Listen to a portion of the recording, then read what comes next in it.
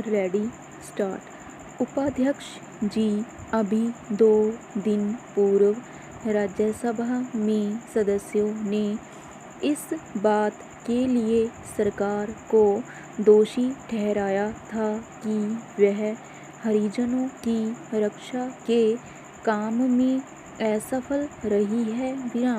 हो सकता है कि इस आरोप के पीछे कुछ सदस्यों का राजनीतिक उद्देश्य हो, किंतु इससे आरोप की सत्यता खंडित नहीं होती अथवा उसकी उपेक्षा नहीं की जा सकती। राज्य मंत्री ने इस आरोप के जवाब में यह जरूर कहा कि हरिजनों को अत्याचारों से बचाने के लिए सरकार कदम उठा रही है। जहां कहीं से अत्याचार की शिकायत आती है तो अपराधियों को दंडित किया जाता है।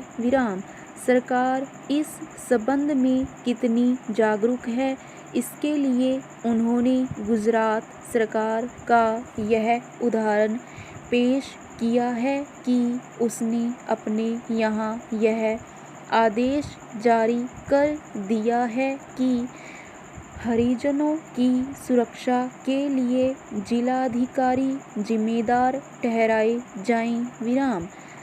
यह सब सही है कि केंद्रीय सरकार ने अन्य राज्यों की सरकारों से इस सिलसिले में आवश्यक संपर्क रखा है, किंतु यह साफ है कि हरिजनों के संरक्षण का काम पूरी सावधानी और जागरूकता से नहीं हो रहा है। केवल इक्का दुक्का कांड ही उसका उदाहरण नहीं है।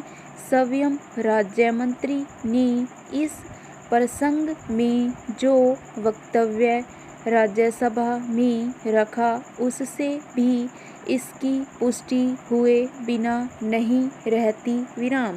वक्तव्य में कहा गया है कि अब तक हरिजनों पर अत्याचार की भिन्न राज्यों में कई हजार घटनाएं घट चुकी हैं। आदिवासियों पर जो अत्याचार हुए उसकी घटनाएं उनमें शामिल नहीं हैं।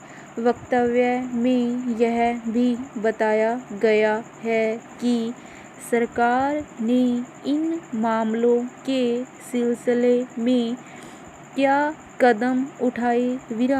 सरकार ने इन मामलों के सिलसिले में क्या कदम उठाए पर यह सब गिनाने से तब तक कोई फायदा नहीं जब तक यह सिद्ध नहीं होता कि हरिजनों पर अत्याचार की घटनाएं कम हो रही हैं।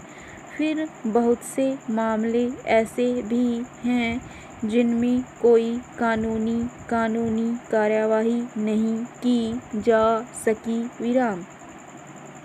अकेले मध्य प्रदेश में ही 40 मामले ऐसे हैं।